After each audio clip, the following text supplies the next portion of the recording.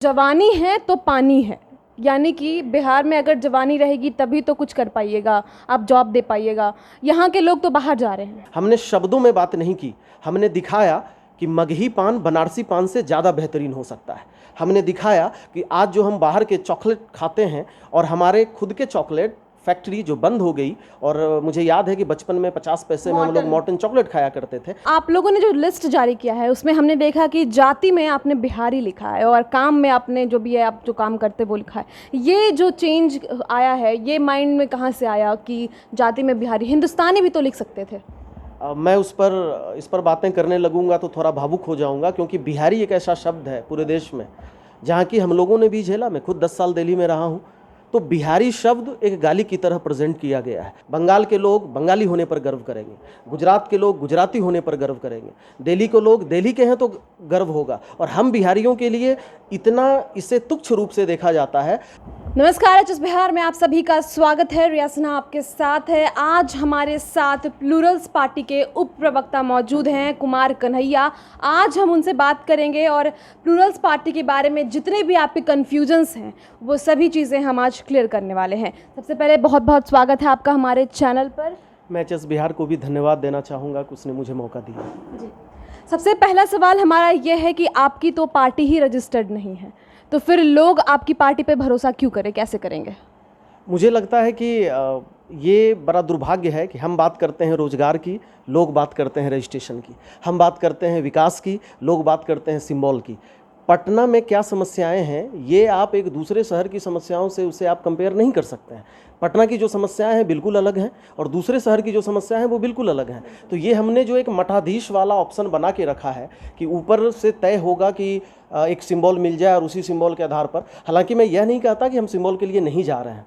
मेरी रजिस्ट्रेशन की प्रक्रिया पूरी हो चुकी है और बहुत जल्द उम्मीद है कि हमें सिंबल भी मिल जाएंगे, लेकिन बदलाव का वक्त है। हम रजिस्ट्रेशन और सिंबल से ऊपर उठकर इस बार रोजगार की बात करें और सारे युवा इसके लिए तैयार हैं। तो यानी कि निर्दलीय भी आप लोग लड़ सकते हैं, क्योंकि अगर पार्टी रजिस्टर नहीं होगी तो सबको अलग अलग चिन्ह मिलेंगे। देखिए, मैं इस बात को मैं क्लियर कर चुका हूं कि हमारा मुद्दा रोजगार और विकास है। इस बार हम लोग ना सिर्फ एक राजनीतिक बदलाव चाहते हैं, बल्कि आज तक जो छला गया है उसको भी हम खत्म करना चाहते हैं, और रोजगार का जो मुद्दा है वो हमारे लिए सर्वश्रेष्ठ है। तो जो भी ऑप्शन होंगे हम उसके लिए तैयार हैं। दूसरा सवाल ये कि आपके विधायक जो जीतेंगे अगर, तो वो हॉर्स ट्रेडिंग के भी शिकार हो सकते हैं। जैसा कि आपने देखा है पहले भी बिहार में ऐसा कुछ होते आया है और आगे भी हो सकता है। आप किसी पे ताल ठोक कर तो नहीं कर सकते कि वो ऐसा कुछ नहीं करेंगे, लेकिन हॉर्स ट्रेडिंग के शिकार भी हो सकते हैं। इस पर आप क्या कहेंगे? देखिए, मैं आपको एक बात बताना चाहूँगा कि जब शुरुआत अच्छी हो तो अच्छा सादा काम आधा, एक बहुत ही फेमस प्रोवर्ब है। हमने शुरुआत ही इतनी अच्छी की है कि मैंने कोशिश की है कि ऐसे लोगों को हमने टिकट दिया है कि आप, मुझे लगता है कि ये सार्वजनिक है, किसी को भी बताने की ज़रूरत है नहीं। तो इस चीज़ का ख्याल रखा गया है कि इतने मजबूत प्रत्याशी हैं जो बहुत आसानी से बिकने वाले नहीं हैं, गुमराह होने वाले नहीं हैं, और इसीलिए हम लोगों ने, बल्कि वो जो एक सूटकेस प्रथा है कि टिकट लेने के लिए आप जाएं और पैसे के दम पर आप टिकट खरीद लें, इसको हमने शुरुआत में ही खत्म कर दिया है। योग्यता के आधार पर प्रत्याशियों का चयन किया गया है। तो मुझे लगता है कि इस पर बहुत ज़्यादा सवाल करने की ज़रूरत है नहीं। बिल्कुल। आपका कैंपेन बहुत ही अलग रहा है, बाकी लोगों से काफ़ी अलग। तो क्या लगता है आप लोगों कितना जुड़ पाए हैं लोगों से ज़मीनी रूप में, और कितने प्रभावित हैं आपसे? मुझे लगता है कि ये बात बताने की ज़रूरत नहीं है। हमारे मैडम प्रेसिडेंट के फेसबुक पेज पर जाएंगे आप तो मुझे लगता है 7 लाख फॉलोअर्स को हम टच करने वाले हैं, और ये सारे लोग वही लोग हैं जो ज़मीन से जुड़े हुए लोग हैं। हमने एक स्टूडियो टाइप बना के रखा हुआ है कि ज़मीन, मैं एक उदाहरण भी देना चाहूँगा कि कुछ साल पहले हमारे यहाँ रिसीवर और चोंगा का ऑप्शन हुआ करता था। तो अब लोगों को आप ये नहीं कह सकते हैं कि मोबाइल फ़ोन दूर करें और रिसीवर लेके घूमें। आज के वक्त में ज़मीन वही है कि आप अगर जो मॉडर्न युग है, जो डिजिटलाइजेशन का दौर है, तो आज अगर हम सब जगह दिख रहे हैं तो ये ज़मीन ही है। और मुझे लगता है कि प्लूरल्स एकमात्र ऐसी पार्टी है जो पिछले 6 महीने से ज़मीन पर काम कर रही है। आप मैडम प्रेसिडेंट ने जो भी मुद्दे उठाए हैं, चाहे वो फैक्ट्री हो, चाहे वो मगही पान की बातें हों, चाहे वो मॉर्टन फैक्ट्री जो बंद हो गई है उसकी बातें हों, चाहे वो ऐसे इंडस्ट्रियलाइजेशन की बातें हों, ये सारी बातें ज़मीन पर ही है। और मैं खुद, मुझे लगता है कि मैं जमुई दौरे पर था, शेखपुरा दौरे पर था, और मैं कई गाँव में विज़िट किया। हालांकि हम लोग बहुत ज़्यादा कोशिश कर रहे हैं कि फ़ोटो से ज़्यादा हम लोग काम पर ध्यान दें, और ज़मीन के लोग ज़्यादा प्रभावित हैं और वो इस बार तैयार हैं कि हम, अगर आप अच्छा काम करने आए हैं और जिस तरह से आपने दिखाया है कि आपकी आइडियोलॉजी क्या है, हम आपके साथ हैं। जी, आपने बताया सब कुछ, लेकिन सोशल मीडिया पर लोगों का सवाल यही है, लोगों के हमारे वीडियोस पे कमेंट्स यही होते हैं कि पुष्पम प्रिया जी सोशल मीडिया पर ज़्यादा एक्टिव हैं। ऐसा आप उनके विचारों को कैसे चेंज करेंगे, इस विचार को आप कैसे चेंज करेंगे, क्योंकि वो मन में बैठ चुका है? मुझे लगता है कि एक बार फिर से इस पर रिसर्च किए जाने की ज़रूरत है। अगर 100 कमेंट्स होते हैं उसमें से 80 कमेंट्स हमारे लिए पॉजिटिव हैं, आप जाके इस पर चेक कर सकते हैं। रही बात 20 कमेंट्स की, तो मैं उन्हें भी नहीं चाहता कि मैं उन्हें भी दुख पहुंचाऊं या उन्हें इग्नोर करूं। मैं इसका जिक्र मैं पहले भी कर चुका हूं कि सोशल मीडिया आज दोहरी मानसिकता लोगों के पास नहीं होनी चाहिए। आज कोई भी काम किया जाता है तो डिजिटल मार्केटिंग के लिए लोग ज़्यादा जाते हैं कि हम डिजिटलाइजेशन पर ज़्यादा ध्यान दें। तो आज बिहार में सबसे ज़्यादा अगर यूजर्स हैं तो वो सोशल मीडिया पर हैं। तो अगर आप सोशल मीडिया पर नहीं होते हैं तो मुझे लगता है कि आप ज़मीन से नहीं जुड़े हैं। तो आसमान में बैठकर अगर आप यह बात करेंगे कि हम ज़मीन पर नहीं है, तो मुझे लगता है कि इस पर बहुत जवाब देने की ज़रूरत है नहीं। जी। लेकिन क्या आपको पता है कि बिहार में बहुत कम ऐसे यूज़र्स हैं जो फ़ोन यूज़ करते हैं, मतलब जो इंटरनेट यूज़ करते हैं, और ख़ास तौर से फ़ोन तो यूज़ करते हैं लेकिन स्मार्टफोन्स नहीं होते हैं, क्योंकि बिहार में भी बहुत सारे ऐसे लोग हैं जो गांव के हैं। तो इस बात पर आप कैसे हम मान लें कि आप बहुत लोगों से जुड़ चुके हैं, क्योंकि वो ऊपर के लोग हैं जो अभी पटना में रह रहे हैं, जो मेन शहर में रह रहे हैं, जो बाहर रहते हैं बिहार में मेन गाँव वगैरह में, वहाँ तो सोशल मीडिया नहीं पहुँच पाता ना। मुझे लगता है बिहारी युवाओं को अंडर एस्टिमेट कर रही हैं इस सवाल से। शायद ऐसा कोई गांव होगा जहां की युवा, बिहारी युवा, और अभी तो मैं आश्चर्यचकित था कि बहुत सारे बुजुर्ग भी फेसबुक पर आ रहे हैं। अगर आप रिसर्च कर लें, मैं आपको बताने की ज़रूरत नहीं, आप लोग इसमें ज़्यादा आप सामर्थ्यवान हैं, आप देख सकते हैं। तो बिहारी युवा आज हर गांव के बिहारी युवा फेसबुक यूज़ कर रहे हैं, वो इंटरनेट पर हैं, और हमने बिहारी युवाओं को जिम्मेदारी दी है कि अपने आसपास अपने गांव के लोगों को इस बार बिहार के विकास में बदलाव जो करने की तैयारी में हम लोग हैं, उनमें ये बिहारी युवा घर घर मैसेज पहुंचा रहे हैं। और शायद ही पूरे बिहार में ऐसा कोई ब्लॉक है, ऐसा कोई पंचायत है जहां प्लूरल्स नहीं पहुंची है। बिल्कुल।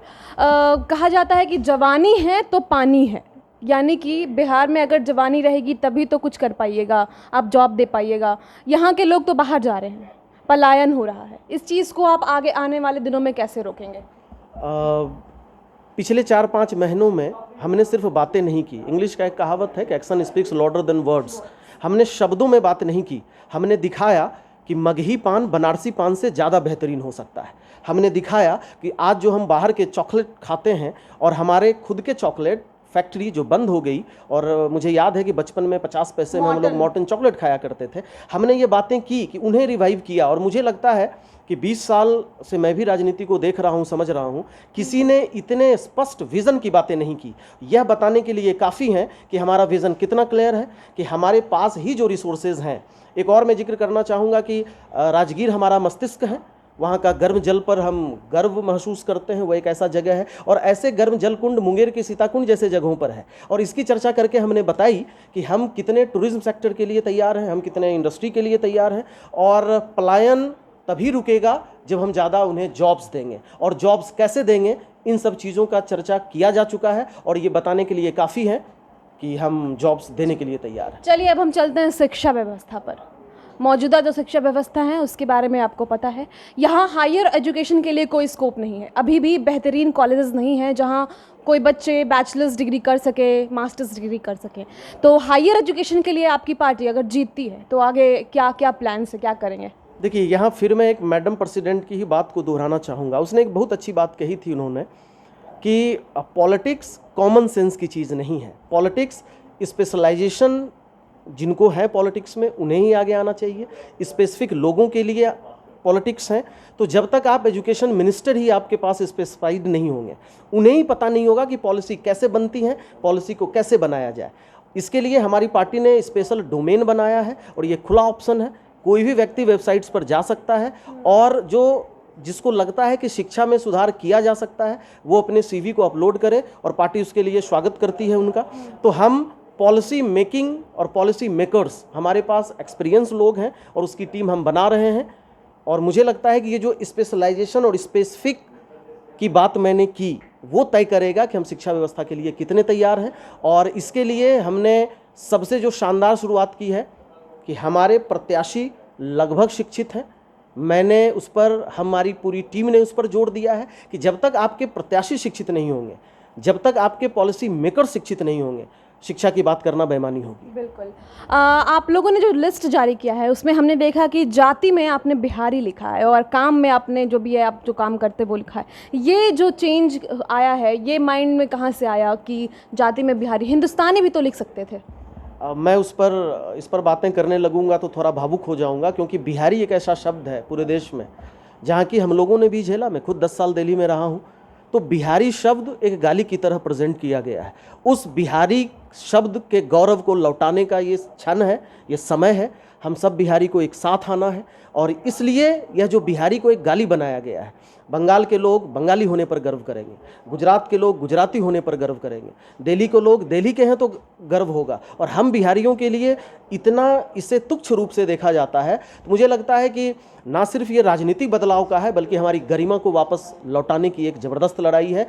इसलिए हम बिहारी सब पर भारी। जी, इसी से एक सवाल और उठता है कि अभी जैसा कि आपने बताया बिहारी एक गाली के रूप में प्रस्तुत किया जाता है। बिहारी इक्वल्स टू भ्रष्टाचारी भी। बिहार मतलब भ्रष्टाचार, लूटपाट हम सुने हैं, हम लोगों ने ये महसूस किया है। तो इस चीज़ को चेंज करना बहुत ही बड़ा एक आपके लिए एक हो सकता है कि कैसे आप इस चीज़ को चेंज करेंगे। तो ये चीज़ें आप कैसे बदलेंगे कि भ्रष्टाचार जो है वो अचानक से बदल कर Bihar equals to something good, ये कब आएगा, कब कैसे होगा? मुझे लगता है कि यह जो आपने बात पूछा कि या कही कि बिहारी मतलब इक्वल टू वगैरह वगैरह, ये मानसिकता का सवाल है। मुझे आप पूरे देश में, मैं दुनिया की बात नहीं करूंगा क्योंकि दुनिया में भी ऐसी बातें हैं, लेकिन मैं अपने देश की ही बात करता हूं। मुझे आप एक क्षेत्र बता दीजिए जहां बिहारी ऑफिसर्स नहीं है। मुझे आप एक ऐसा जगह बता दीजिए, मतलब आपको जानकर आश्चर्य होगा कि गुजरात के जो मेयर हैं, जो नगर पालिका में है, वो एक बिहारी है। दिल्ली की मेट्रो की व्यवस्था, चाहे वो अर्थव्यवस्था हो, सामाजिक व्यवस्था हो, या जो भी चीज़ें हों, उसको सुधारने में हम बिहारियों का एक अहम योगदान है। तो बिहारी इक्वल टू दिस, तो मुझे लगता है कि हर राज्य को यह सवाल खड़े कर देने चाहिए। तो ये एक मानसिकता है जो हमारे दुर्भाग्यवश हमारी नेताओं के द्वारा बनाए गए हैं। बाकी बिहारी आज भी पूरी दुनिया पे राज करते हैं, और इसका सीधा साथ मतलब एक सीधे तौर पर इसका उदाहरण है कि शायद पूरे देश में ऐसा कोई जगह नहीं, शायद पूरे देश में ऐसा कोई प्रेस्टिजियस प्रतिष्ठित जॉब नहीं जहां हम बिहारी नहीं हैं। इसलिए अगर आप ऐसा सवाल करेंगे तो मुझे लगता है कि हर राज्य पर यह सवाल हो जाएंगे, क्योंकि हम तो हर जगह घुस चुके हैं। इसलिए ये बिल्कुल नेताओं की एक सोच है, क्योंकि वो अपने आप को ही इस तरह रखते हैं ताकि लोगों के दिमाग में यह बैठा हुआ है। बाकी बिहारी के बगैर ना देश चला है, ना देश की राजनीति चली है। जी, हमने पुष्पम प्रिया चौधरी जी की काफ़ी पोस्ट पढ़े हैं, उससे हम लोगों ने यह चीज़ नोटिस किया है कि वो निशाना तो साधती हैं सीधे नीतीश कुमार जी पर, लेकिन उन्होंने अभी तक बीजेपी के खिलाफ या फिर किसी और पार्टी के खिलाफ कुछ नहीं कहा है। तो डायरेक्ट निशाना जो है वो सिर्फ नीतीश कुमार जी पे है। तो क्या इतने जो व्यवस्थाएँ ऐसे उथल पुथल हुई है वो सिर्फ नीतीश कुमार जी की वजह से और सिर्फ लालू जी की वजह से हुई है, या फिर बाकी लोगों की वजह से? देखिए, ये बातें आप तब करेंगी जब नीतीश कुमार अकेले चुनाव लड़ रहे हों। नीतीश कुमार मुखिया हैं, और नीतीश कुमार का मतलब ही है अभी तक आज के डेट में कि भारतीय जनता पार्टी प्लस नीतीश कुमार। तो अगर नीतीश कुमार पर आपको लगता है, हालांकि मुझे नहीं लगता, क्योंकि मेरा और हमारी टीम का एक ही मकसद है, पॉजिटिव पॉलिटिक्स, लेकिन फिर भी अगर आप उनसे ढूंढ कर निकाल ली हैं कि जी नहीं, मुझे लगता है कि नीतीश कुमार पर तंज है, क्योंकि वो मुखिया हैं, नीतीश कुमार से जुड़े हुए जितने लोग हैं ये उस पर भी तंज है। और मुझे लगता है कि चूंकि नीतीश कुमार मुखिया हैं, इसलिए अगर उन पर तंज है, उनसे जुड़े हर लोग पर तंज है। जी, आपके पुष्पम प्रिया चौधरी जो हैं जुबान पर चढ़ चुकी हैं। अभी तक हमने ऐसे कैंपेन्स नहीं देखे हैं, तो ये आइडिया जो है कैंपेनिंग का ये कहाँ से आया? क्या ये पुष्पम प्रिया जी के थ्रू आया, उन्होंने आप लोगों को ऐसे डायरेक्ट किया, या फिर पूरी टीम की ये बातें हैं? देखिए, प्लूरल्स का मतलब ही होता है एक समूह, एक लोग। तो मैं यह नहीं कहूँगा कि मैडम प्रेसिडेंट हमारी प्रेसिडेंट हैं, उन्होंने खुद पॉलिसी मेकिंग की पढ़ाई की है, उसी क्षेत्र में स्पेशलाइजेशन है उनके पास, तो उनका मार्गदर्शन है। साथ ही साथ ये पूरी टीम का एक साथ मिलकर प्रयास है ताकि हम आज ज़्यादा से ज़्यादा अपने कैंपेनिंग को दूसरे से अलग कर पा रहे हैं। जी, हमने देखा है कि आपकी जो लिस्ट है उसमें कई लोग जर्नलिस्ट हैं, कई लोग टीचर्स हैं। तो टीचर्स टीचिंग करें या फिर पॉलिटिक्स में आए? देखिए, अगर आप इस तरह से राजनीति हमारी जन्म के साथ ही राजनीति की शुरुआत हो जाती है। अगर आप राजनीति को अलग करेंगे किसी प्रोफेशन से तो मुझे लगता है कि हम कभी विकास नहीं कर पाएंगे, कभी बदलाव नहीं कर पाएंगे। शिक्षक तो समाज का आईना होता है। तो मैं कहूँगा कि आज अगर शिक्षक दिवस जिनके नाम पर बनाया जाता है, वही हमारे देश में उनकी क्या जगह थी आप पूछ सकते हैं, या मुझे नहीं लगता कि इस पर बताने की ज़रूरत है। जो हम डॉक्टर सर्वपल्ली राधाकृष्णन की बात अगर करें तो मुझे लगता है कि शिक्षक समाज का आईना है और शिक्षक के लिए हमारी टीम में, हमारी पार्टी में एक उचित सम्मान है, एक अलग सा सम्मान है और शिक्षक ही बेहतरीन राजनीति कर सकते हैं। इसका उदाहरण आज़ादी के समय के साथ ही था और मुझे लगता है कि शिक्षकों को जरूर आगे आना चाहिए और आपके चैनल के माध्यम से मैं बताना भी चाहूँगा कि वैसे शिक्षक जो अगर जुड़ना चाहें तो ज़रूर आए, उनका स्वागत है। बिल्कुल। और एक अभी लेटेस्ट सवाल, आप लोगों में से किसी के नामांकन, बहुत सारे लोगों के नामांकन रद्द कर दिए गए हैं, केवल 33 लोगों को जो है स्वीकृति मिली है, तो ये क्यों हुआ और इस पर क्या कहना चाहिए? बिस्मिल जी की 2 पंक्तियां हैं, मैं उसे दोहराना चाहूँगा। इस पर ज़्यादा बातें नहीं करूँगा क्योंकि हम लोग डर्टी पॉलिटिक्स करने नहीं आए हैं, लेकिन उनकी 2 पंक्तियां हैं, मैं गुनगुनाता हूँ और मैं चाहूँगा कि उसे मैं फिर दोहराऊँ। ए शहीद मुल्क ओ मिल्लत, मैं हो जाऊँ तुझ पे निसार, अब मेरी हिम्मत के चर्चे दूसरे की महफिल में हैं, सरफरोशी की तमन्ना अब हमारे दिल में है, देखना है कितना जोर बाजुए का तिल में है, देखना है कितना जोर बाजुए का तिल में है। बहुत बहुत शुक्रिया आपका। आपने जो बातें कही है वो काफ़ी इम्पैक्टफुल हैं और हमारे यूथ्स के लिए ख़ास तौर से मुझे लगता है कि प्लूरल्स पार्टी जो है बहुत ही बढ़िया साबित हो सकती है और बिहार में अब चेंज की ज़रूरत है और बिहार इस बार बदल सकता है। और प्लूरल्स पार्टी में दम तो है, तभी तो हम हमारे ज़ुबान पे है, लोगों की ज़ुबान पे है। हमारे फेसबुक पेज पे आपके काफ़ी पॉजिटिव फॉलोअर्स हैं और हमने देखा है कि लोगों के क्या सवाल होते हैं, वही सवाल हमने उठाए हैं, आपसे पूछे हैं। आपका बहुत बहुत शुक्रिया हमारे साथ आज यहाँ पर आने के लिए, अपनी बातों को जनता के सामने रखने के लिए। धन्यवाद मैम, थैंक यू।